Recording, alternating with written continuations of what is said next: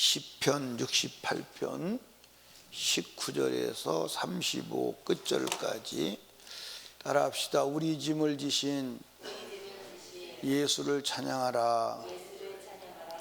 예, 오늘 19절에 보니까 날마다 우리 짐을 지시는 주 곧 우리 구원이신 하나님을 찬송할지어다 할지로다 그랬어요.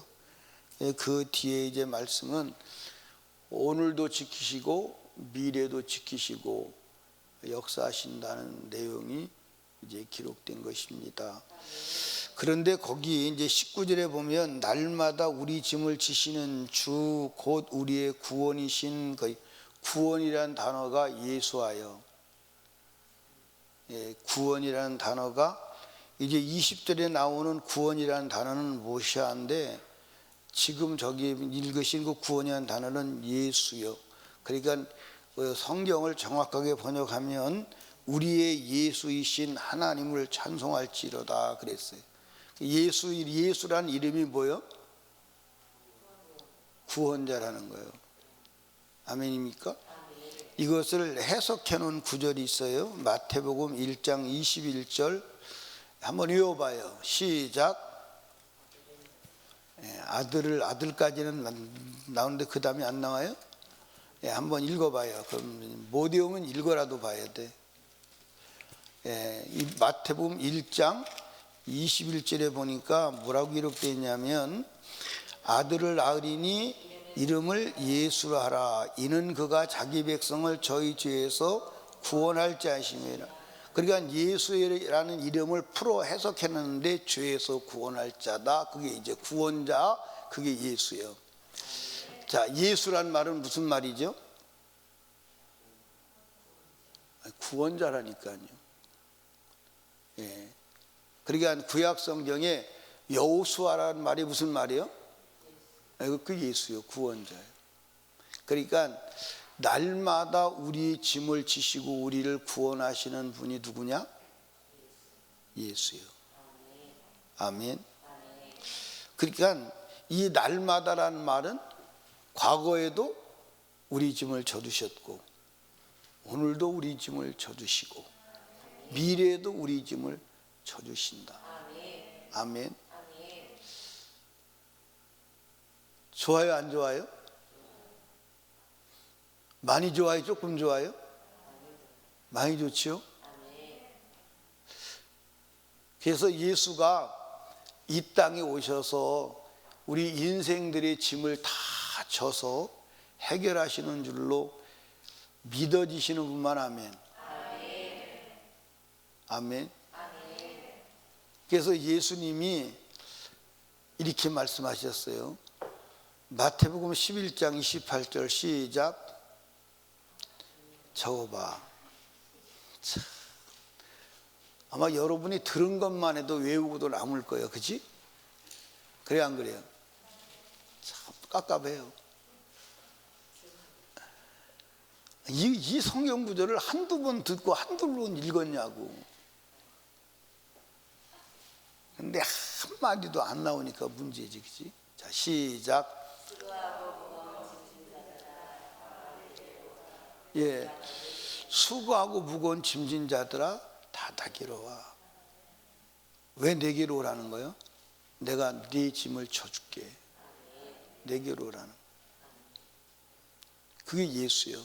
그럼 예수는 이 땅에 왜 오셨느냐? 우리 짐지로 오셨어. 우리 짐지로. 그런데 예수가 지시는 짐 중에 짐이 뭐예요? 하나님, 우리 인생들이 하나님에게 짐 중에 짐이 뭐예요? 예? 짐 중에 짐이 죄요. 짐 중에 짐이 죄라니까. 짐 중에 짐이 죄라니까요. 그 죄짐을 지러 오신 거예요. 죄짐을 지러 오신 거예요. 죄짐만 지면 예, 다 해결되는 줄로 믿으시기 바래요. 그래서 침례 요한이 예수를 소개할 때 뭐라고 소개했어요? 요한복음 1장 29절에 시작. 보라, 세상 죄를 지고 가는 하나님의 어린 양이로다. 세상 죄를 지고 하는 그게 예수요. 아멘. 그러니까 여러분과 제가 예수에게 짐이 돼야 돼요. 예수에게 기쁨이 돼야 돼요. 그럼 어떻게 해야 예수에게 기쁨이 되는 거예요? 예? 죄짐을 맡기는 거예요. 왜냐하면 예수는 죄짐을 지러 왔어. 예수에게 죄짐을 맡기지 아니하면 그 죄짐을 내 가지고 저주 받아야 돼, 안 받아야 돼? 받아야 돼. 그러니까 주를 제일 기쁘게 하시는 자가 누구냐면 죄짐을 주님께 맡겨. 그게 주님이 기뻐하시는 자예요. 근데 죄짐을 주님께 안 맡기고 내가 지고 있다. 주님 속색이는 거예요. 주님 속색이는 거예요. 주님 속색이는 거라니까요. 죄짐을 예수가 지면 내가 살지만 내가 죄짐을 지고 있으면 나는 망해. 그러니까 예수가 왜 오셨다고요? 어떻게 지러 오셨다고요?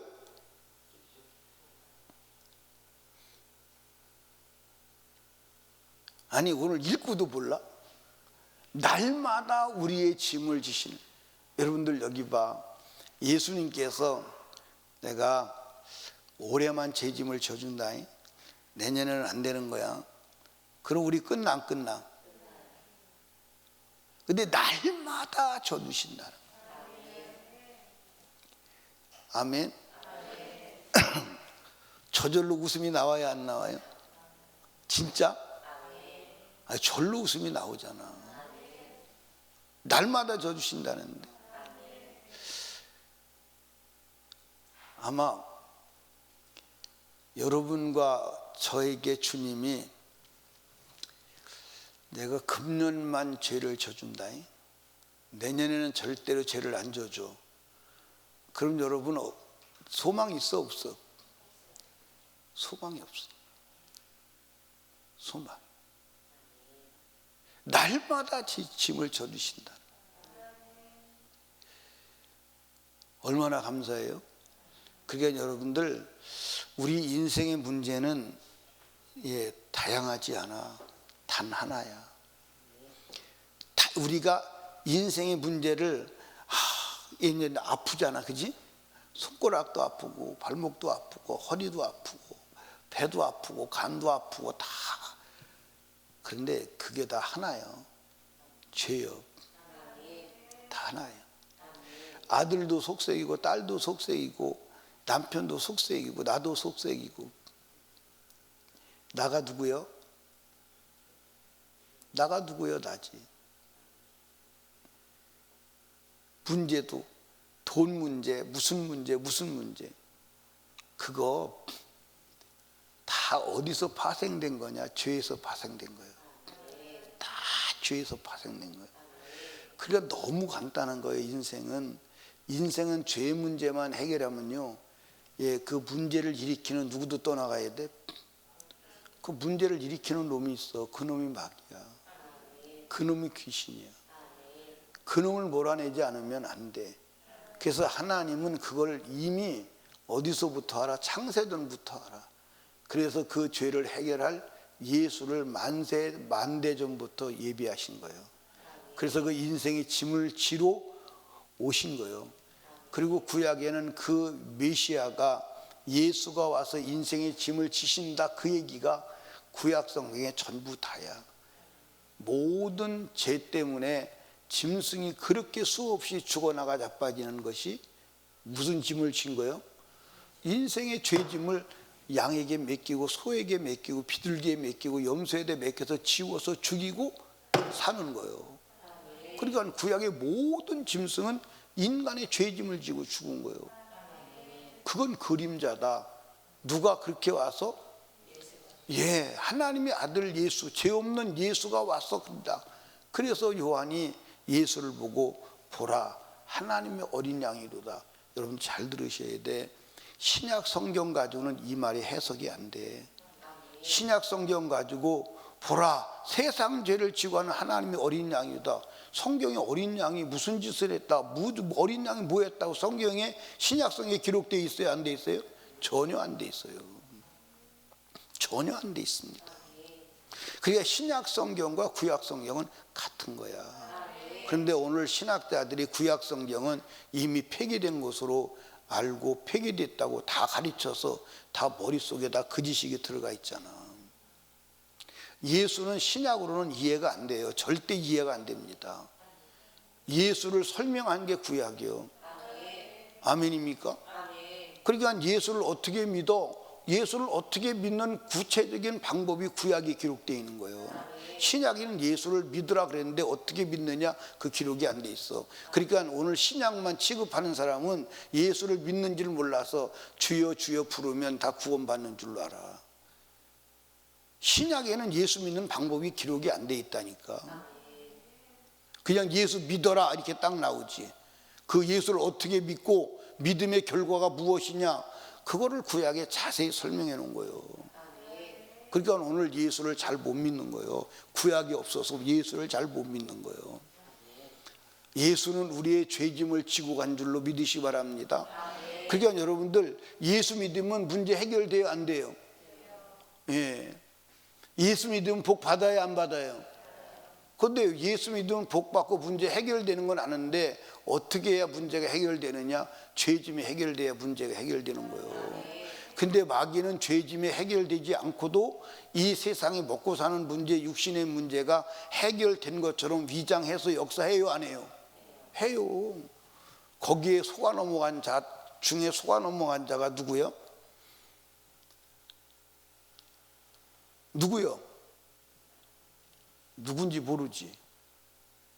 그게 라오디게아 교회예요.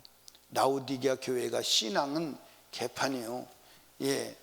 그리고 예, 주님이 없어. 주님을 내쫓았어. 그래서 주님이 문 밖에서 두드리는 거예요. 볼지어다 내가 문 밖에서 두드리노니 누구든지 내 음성을 듣고 문을 열면 내가 그에 들어 그릇 얻어 먹는다는 거예요. 그런데 라오디게아 교회는 나는 부자라 부유하여 부족한 것이 없다. 완전히 사단한테 당한 거예요. 예수가 없는데 교회예요. 예수가 없는데 교회라니까.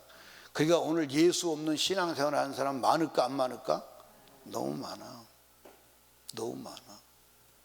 그저 먹고 사는 일 잘 되고 내 삶에 문제 없으면 복 받았다, 하나님 나를 축복하신 거 아니겠느냐, 그렇게 생각하는 사람이 부지기수예요. 나 건강하니까 주님이 복 주신 거예요? 아니요. 말씀 안에 있어야 돼. 이해하십니까? 죄가 없어야 복이 있는 거예요. 죄 있으면 복 있는 거 아니에요. 아멘입니까? 온 세상을 다 가졌어도 죄가 있으면 복 있는 거 아니에요. 그런데 나사로 마냥 부잣집 대문에서 온몸이 썩어 들어가면서 땅에서 떨어지는 곳으로 배불려, 예, 그래도 죄 없으면 복 있는 거예요. 나사로가 복이 있어요? 부자가 복이 있어요? 나사로 같이 되기 원해요? 부자 같이 되기 원해요? 거짓말 하지 마. 왜 사람이 양심껏 말해야지 그러냐고. 나사로 같이 되기 원해요? 부자 같이 되기 원해요? 고집이 세네. 근데 실제로는 나사로 같이 되면 나 예수 안 믿을래, 그럴 수도 있잖아. 그지? 시험 들 수도 있을까 없을까? 있을 것 같아요, 없을 것 같아요? 그러면서 무슨 나사로 같이 된대. 제가 얘기했잖아요. 우리 교회 간증하러 왔던 그분이, 내가 이름을 잊어버렸어요. 그분이 예수 믿고 나서 막 기도했다잖아. 하나님 저를 아프리카 선교사로 보내주세요. 근데 단기 선교를 이제 갈 길이 있었대. 아프리카에 6개월을 있었대. 6개월 있으면서 예, 그랬대. 하나님한테 나 아프리카로 선교사로 보내면 예수 안 믿을래요.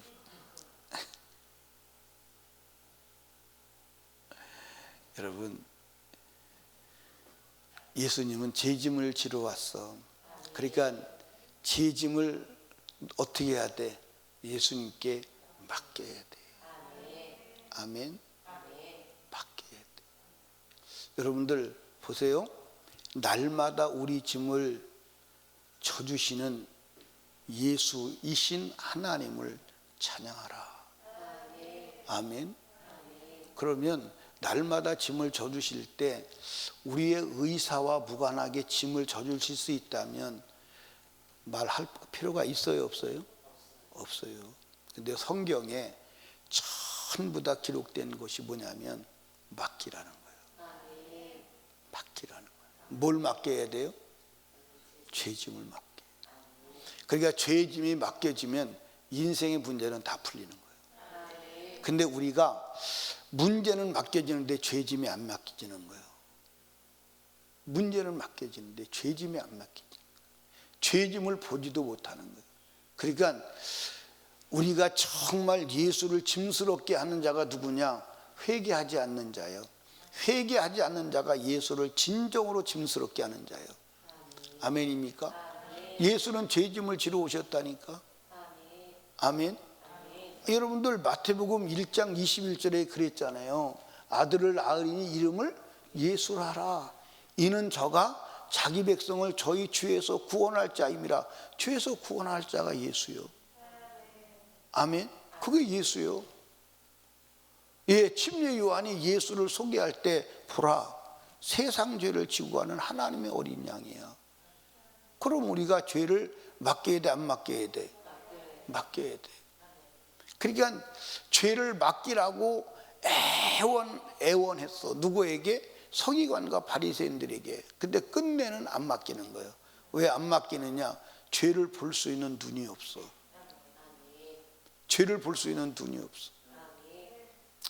마귀가 죄를 볼 수 있는 눈가를 빼버렸어. 눈가를 빼버렸어. 어떻게 해서 눈이 빠졌어요? 성경 그대로 믿어야 되는데 성경 그대로 믿지 아니하고 바리새인의 전통과 바리새인의 교훈을 받아들인 거예요. 그래서 바리새인의 교훈으로 죄의 기준을 정한 거예요. 그러니까 죄가 안 보이는 거예요. 그러니까 오늘도 모든 사람들에게서 죄를 보는 눈가를 빼버렸어. 어떻게 빼버렸느냐? 구약은 필요 없어. 구약은 죄를 보는 눈이거든요. 율법은 죄를 보는 눈이거든요.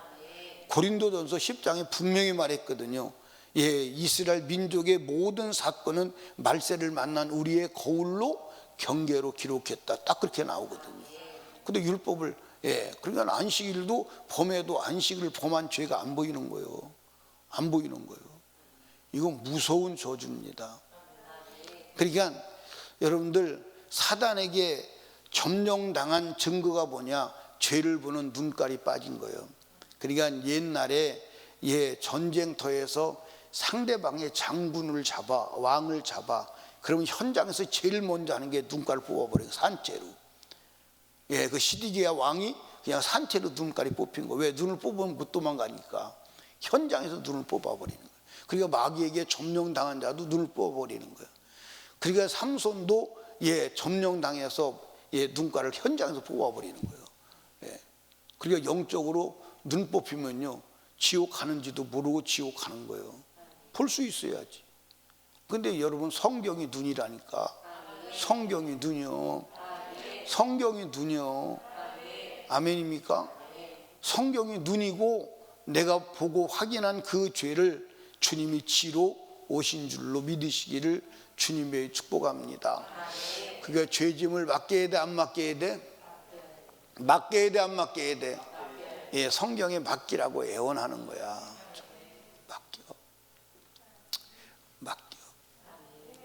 맡겨. 그러니까 여러분들 봐봐. 구약의 이스라엘 민족의 제사장들이 믿음이 대단해, 안 대단해? 어마어마한 거예요. 왜 어마어마하냐면 번제단에서 제사를 지내. 그리고 물두멍에서 손발을 씻어. 그리고 성소에 들어가는 거야. 만약에 죄가 하나라도 있다면 들어가자마자 죽어버리는 거예요. 그러니까 성소에 들어갈 때 목숨을 걸고 들어가는 거야. 만약에 내가 죄가 하나라도 남아있다, 성소에 들어가자마자 죽어. 근데 성소는 제사장이 들어갈 수 있지. 근데 대제사장, 지성소는 대제사장이 1년에 한 번밖에 못 들어가. 그러니까 들어갈 때 완전한 믿음으로 들어가는 거야. 이해하십니까? 거기 믿음이 자기가 지은 죄가 그 양과 염소에게 넘어갔다고 확실하게 믿지 않으면 부들부들 떨려서 못 들어가. 근데 들어갔다가 혹시 해결이 안 된 죄가 있다면 현장에서 즉사하는 거야. 그러면 사람이 끈으로 들어갈 수가 없잖아. 그러니까 대제사장은 들어갈 때 허리띠를 메고 여기다가 끈을 메고 들어가는 거야. 죽으면 줄로 잡아당겨서 송장이 나오는 거야. 믿음으로 들어가는 거야. 철저한 믿음으로. 이해하십니까? 오늘 우리도 예수에게 죄가 넘어갔다, 예수가 내 짐을 맡았다, 나는 죄 없이 함 받았다고는 분명한 믿음 안에서 들어가는 거예요.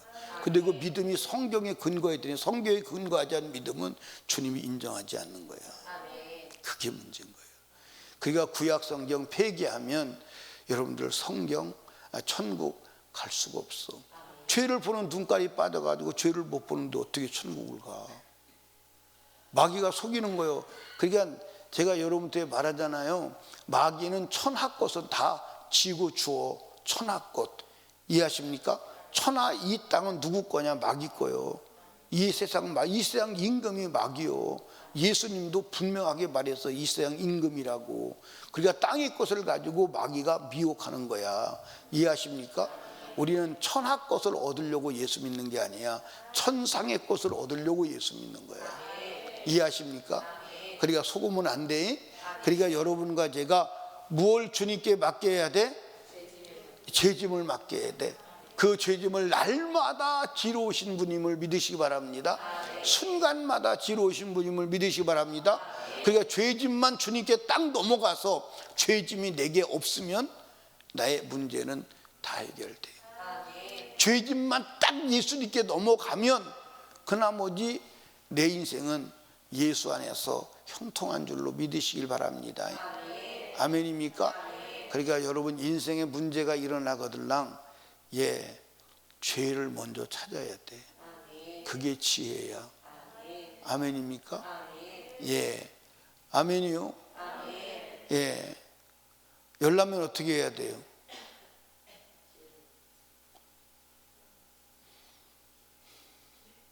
이제 또 전체에 바친 사람만 또 이제 분간을 못해요.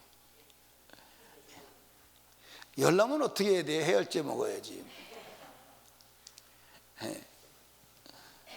열나면 해열제 먹어야 되는데 열난다고 다른 방법을 해결하면 돼야 한대요. 열나는 원인을 제거해야지. 우리 인생에 문제가 일어나면 단 한 가지요. 죄 문제예요. 죄만 해결하면 문제 인생이 절대 없어요. 아멘입니까? 땅과 하늘에서 주님의 도우심을 입는 줄로 믿으시기를 주님의 축복합니다. 날마다 우리의 죄짐을 지시는 주 예수 그리스도를 찬양하고 감사하시기를 주님의 이름으로 축원합니다. 아멘. 기도합니다. 우리 주여 세 번 부르짖고 말씀을 생각하며 죄짐을 주께 맡기고 기도합니다. 또 오늘 거룩한 주의 날 거룩을 회복하도록 도와주시고 성령 충만받게 하여 주시옵소서. 말씀을 증거할 종과 우리 예배를 위해서 또 하나님의 영광을 위해서 충성하는 모든 일꾼들을 위해 성령으로 충만하게 하여 주시옵소서. 간절히 기도하시고 나라와 민족을 위하여 불신 영혼 불신 가족 VIP를 위하여 전도와 선교의 문이 열리도록 우리 하나님께 간절히 기도합니다. 주여 주여